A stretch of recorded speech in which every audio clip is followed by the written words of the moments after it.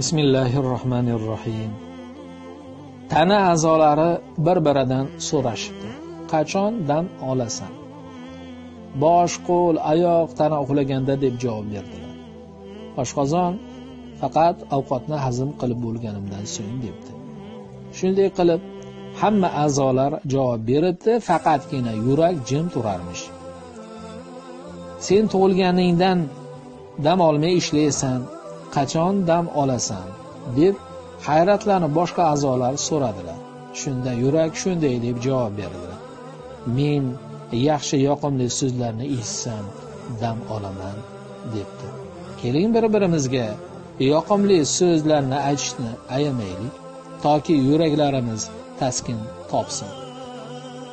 Shunday paytlar bo'ladiki, dilimizga oddiygina ilk so'z ham malhamdek yoqadi. Negadir bir-birimizdan shu so'zlarni aytishga qizg'onamiz. Yo vaqtimiz yo'q. Keling bir-birimizdan yoqimli dil so'zlarni ayamaylik. Azizlarim, dilimga yaqinlarim, mening qadrdonlarim, boringizga ming bor shukr. Alhamdulillahi robbil alamin.